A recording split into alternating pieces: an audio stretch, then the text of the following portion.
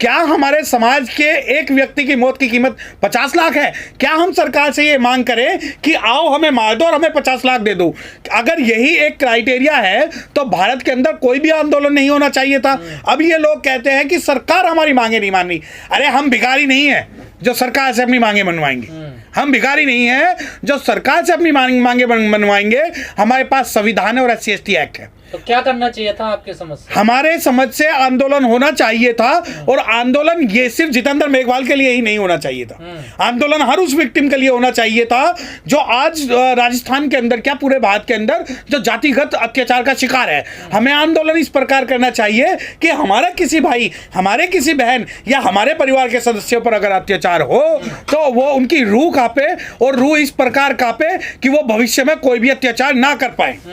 आप कह रहे हैं आंदोलन तो हुआ 2 अप्रैल को, जो BSP समर्थक कुछ लोग राजस्थान भवन में जाकर उन्होंने ताला मार दिया। देखिए, वो जो राजस्थान भवन है वो राजस्थान का नहीं है।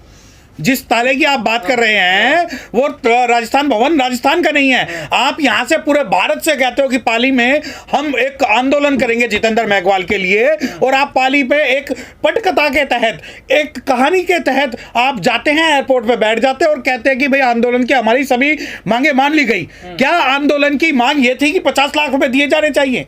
आंदोलन की मांग ये थी कि अगर कोई भी अनुसूचित जाति पे अत्याचार करे तो उसकी रूह तक काम जाए। वो लोग तो जा रहे हैं, कम से कम आप लोग तो जा भी नहीं रहे हैं। नहीं, कौन लोग, किसके बारे में? कम से कम देखिए, एयरपोर्ट तक तो जा रहे हैं। नहीं, एयरपोर्ट, अगर एयरपोर्ट पे जाना ही आंदोलन है तो हम भी दिल्ली के एयरपोर्ट पर जाके बैठ जाते हैं। अगर आंदोलन का मतलब यह है कि आप AC में बैठ के चाय और कॉफी पियोगे तो मैं अपने ऑफिस में बैठ के आंदोलन कर रहा हूं। और अगर आप ये कहते हो कि बसपा वाले नहीं जा रहे, अगर आप ये कहते हो कि बसपा वाले नहीं जा रहे, तो आपको अपनी जो इतिहास है या आपकी जो पिछले जो आंदोलन है उस पर आपको गौर करना चाहिए। थाना गाजी अलवर का जो आरोपियों को जो सजा हुई है, जो मैक्सिमम सजा हुई है, वो बसपा के लोगों ने ही कराई है। कह रहे पुलिस ने नहीं जाने दिया, उदयपुर और पेट पर रोक लिया उनको। तो अगर आपको पता था पुलिस नहीं जाने दे रही, पहली बात तो आप आंदोलन के नाम पे एक नौटंकी करते हैं कि हम आंदोलन करेंगे। आपको पता है कि पुलिस रोकेगी और आप दोष दे देते हो कि पुलिस ने नहीं जाने दिया। अगर पुलिस को आपको राजस्थान में नहीं जाने दिया तो क्या राजस्थान के अलावा भारत का कोई ऐसा राज्य नहीं है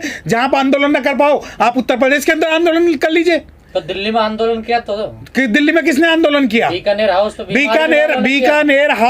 बीकानेर हाउस पर जितने भी जो भी आंदोलन कल हुआ है वो आंदोलन के नाम पर एक राजनीति है। और राजनीति क्या है कि सिर्फ बीकानेर हाउस। आप 2 अप्रैल 2018 के आंदोलन की बात करिए, जब हर व्यक्ति रोड पे था, जब अत्याचार का बदला लेने के लिए हर व्यक्ति रोड पे था, तो क्या ये आंदोलन उस आंदोलन से आप तुलना कर सकते हैं? और अगर आप ये सोचते हैं कि सिर्फ धरना प्रदर्शन करके ही आप अपनी राजनीतिक चमक को बरकरार रख सकते हैं तो बिल्कुल गलत है। सड़कों से अगर न्याय मिलता तो बाबा साहब डॉक्टर भीमराव अंबेडकर भी सड़क पर होते, संविधान नहीं बनाते। आप लोग कहते हो सरकार, कोर्ट सब तो गूंगे बहरे हो गए, अब सड़कों से न्याय मिलेगा। देखिए, हम नहीं कहते कि जो है सरकार और कोर्ट जो है गूंगे बहरे हैं। हम ये कहते हैं कि हमें संवैधानिक लोकतंत्र के तहत, संवैधानिक प्रक्रियाओं के तहत आंदोलन करना होगा। और उस आंदोलन के अंदर ये जरूरी नहीं है कि हम एक छोटी छोटी मांगों को लेकर अपने आंदोलन को खत्म कर दें। अब मैं आपके चैनल के माध्यम से एक बात कहना चाहता हूं, क्या आंदोलन सिर्फ ये था कि हम सिर्फ एक नौकरी ले लें, 50 लाख ले लें और बात खत्म?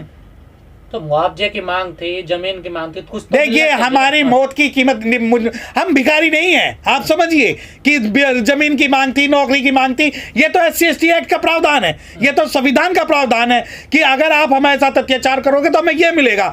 अगर आंदोलन की बात है तो आंदोलन होगा, क्रिया की प्रतिक्रिया होगी। ईंट का जवाब पत्थर से होगा। आप अगर हमें छुओगे, अगर आप हमें छेड़ोगे तो हम छोड़ेंगे नहीं। आंदोलन ये होता है। और अगर आप कहते हो कि सड़कों से आंदोलन करना है और हम सड़कों से न्याय ले सकते हैं, तो आज सिर्फ 3 तारीख है। क्या हुआ? क्या अनुसूचित जाति का जो आंदोलन है वो बस इतना सा है कि 50 लाख रुपए की मांग मान ली गई और हम सब अपने सड़कों पर, अपने घरों में जाकर दुबक गए? क्या जितेंद्र मेघवाल की जो हत्या हुई है उस हत्या को हम लोग जस्टिफाइड कर पाएंगे कि हाँ हमने आंदोलन के नाम पे? संविधान पर, कलम पे विश्वास रखते हैं ना आप। हिंसा की बात कब से करने लगे आप? नहीं, हमने हिंसा की कहाँ बात की है। आपने तो क्रिया की प्रतिक्रिया, हमने क्रिया की प्रतिक्रिया ये की है कि जब तक हमें न्याय नहीं मिलेगा। आप जब एक बात बताइए, हमें न्याय मिलने के लिए एक SC/ST एक्ट का प्रावधान है कि जितने भी मुकदमे SC/ST एक्ट में दर्ज होंगे उनके अंदर 2 महीने के अंदर कार्रवाई पूरी होनी चाहिए। 2 महीने के अंदर। और एक समाज के नेता वो मंच पे चढ़ के कहते हैं कि पुलिस वालों ने 3 महीने का समय मांगा है, हमें 3 महीने का समय नहीं चाहिए। और दूसरी बात, जिस बात को आप हिंसा की बात कर रहे हैं, क्रिया की प्रतिक्रिया कह रहे हैं, अगर हमारे समाज पे कोई भी अत्याचार होगा तो प्राइवेट डिफेंस को प्रतिक्रिया नहीं कहेंगे, हिंसा नहीं कहेंगे। सेक्शन 99(101) आईपीसी आप पढ़िए कि अगर आपकी मौत हो, अगर आपके बलात्कार हो रहा है, अगर आपके ऊपर डकैती हो रही है, तो आपके पास अधिकार है अपनी जान बचाने के लिए सामने वाले की जान लेने का। तो ये हिंसा नहीं है, ये बल्कि प्राइवेट डिफेंस जो है वो आईपीसी के अंदर दिया गया है, उसकी मैं बात कर रहा हूं। और दूसरी बात, अगर हम मरते हुए कब तक देखेंगे अपने लोगों को?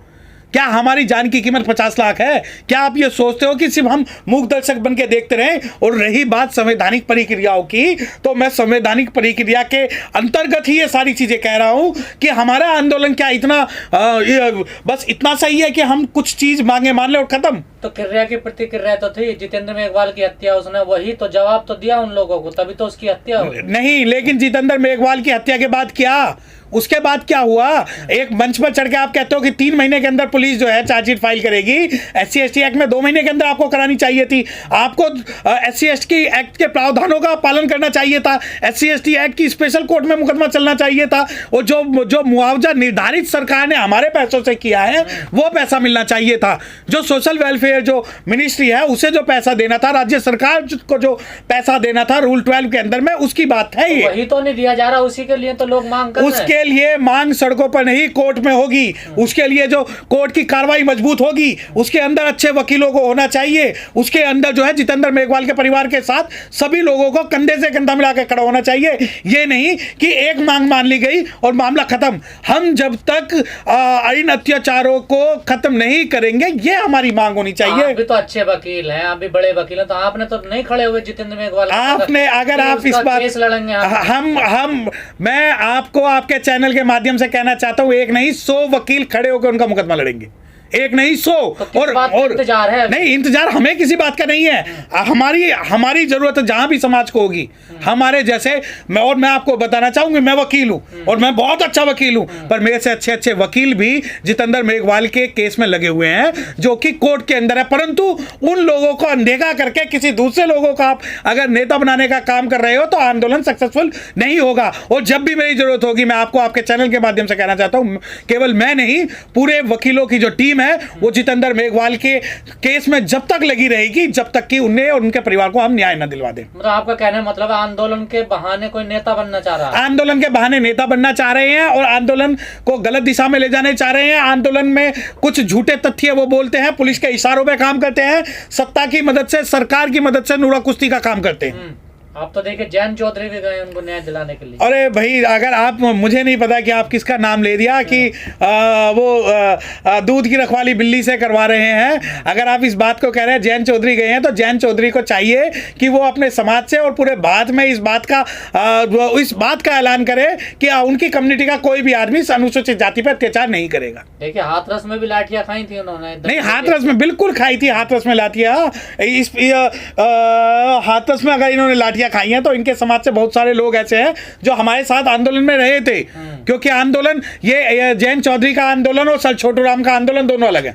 अच्छा, दोनों अलग हैं। आंदोलनों की परिभाषा समझनी होगी। अगर आप राजनीति के लिए सिर्फ जा रहे हो और वहां जाके आप ये कहते हो कि हमने आंदोलन वापस ले लिया, मुझे एक बात बताइए, पूरे समाज आपकी तरफ देखता है। अगर आप कहते हो कि 2 अप्रैल 2022 को जितेंद्र मेघवाल का हम आंदोलन करेंगे, पूरे भारत में करेंगे, तो वो आंदोलन क्यों नहीं हुआ?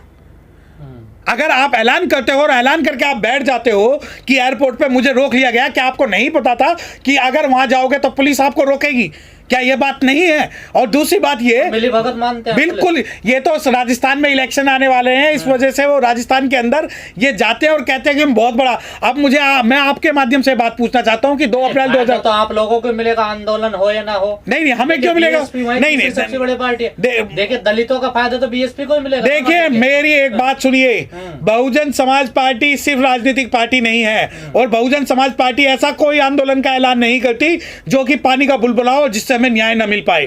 अगर आप कहते हो कि मैं आंदोलनकारी हूं और मैं सड़कों से न्याय लूंगा, तो क्या कारण है 2 अप्रैल का आंदोलन जो आप कई दिनों से ऐलान कर रहे थे पाली जाएंगे, सुबह 10 बजे शुरू होकर 12 बजे खत्म हो जाता है। नहीं, सवाल तो वही, चाहे सतपाल तंवर करे या उपकार बाबरा करे, चंद्रशेखर करे, फायदा तो बीएसपी को ही होना। देखिए नहीं फायदा आंदोलन कोई भी करे। नहीं देखिए, एक बात सुनिए, बहुजन समाज पार्टी जो है इस प्रकार के जो आंदोलन है उनसे थोड़ी दूरी बनाई रखती है। और मैं आपको, अगर आप कहते हो कि उपकार बावरा करे, सतपाल तंवर साहब करें, तो मैं आपको एक आपके चैनल के माध्यम से बना देना चाहता हूं कि उपकार बावरा से जब वो समाज के बीच में गए थे तो बदतमीजी की थी।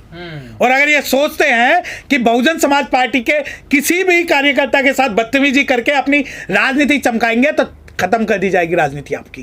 अगर आप उपकार बावरा को या सतपाल तंवर को या बीएसपी के किसी भी नेता को अकेला ना समझे, वरना आपको बता दिया जाएगा कि हम कानून में विश्वास करने वाले वो लोग हैं जो आपको हर तरीके से समझाना जानते हैं। देखिए, सरकार का रवैया जो है वो हमेशा से अनुसूचित जाति के विरोध में रहा है। ये राजस्थान के अंदर पहली घटना थोड़ी है जिसके अंदर अनुसूचित जाति के व्यक्ति को मार दिया गया हो। इससे पहले आपको शायद पता होगा, थाना गाजी अलवर में भी एक बहुत जघन्य एक अपराध हुआ था जिसके अंदर सामूहिक बलात्कार हुआ था अपने समाज की एक बच्ची का। उसके बाद जो है उसके बावजूद भी सरकार सोती रही। वो जो अब वर्तमान में जो बात है जितेंद्र मेघवाल की, आप ये विश्वास करिए कि कुछ लोग जितेंद्र मेघवाल के नाम पर राजनीति करते हैं और कहते हैं हम 2 अप्रैल का आंदोलन खड़ा करेंगे जैसे 2018 में हुआ था, परंतु वो जाते हैं एयरपोर्ट में, बैठते हैं एसी के अंदर, बैठते हैं, चाय पीते हैं और आंदोलन की कीमत 50 लाख रुपए लगाकर खत्म कर देते हैं। अब ये देखिए, जब आप सरकार को दोष देते हैं तो सरकार के उन गुर्गों को भी आपको दोष देना चाहिए जिन्होंने 2 अप्रैल 2022 का आंदोलन खत्म कर दिया।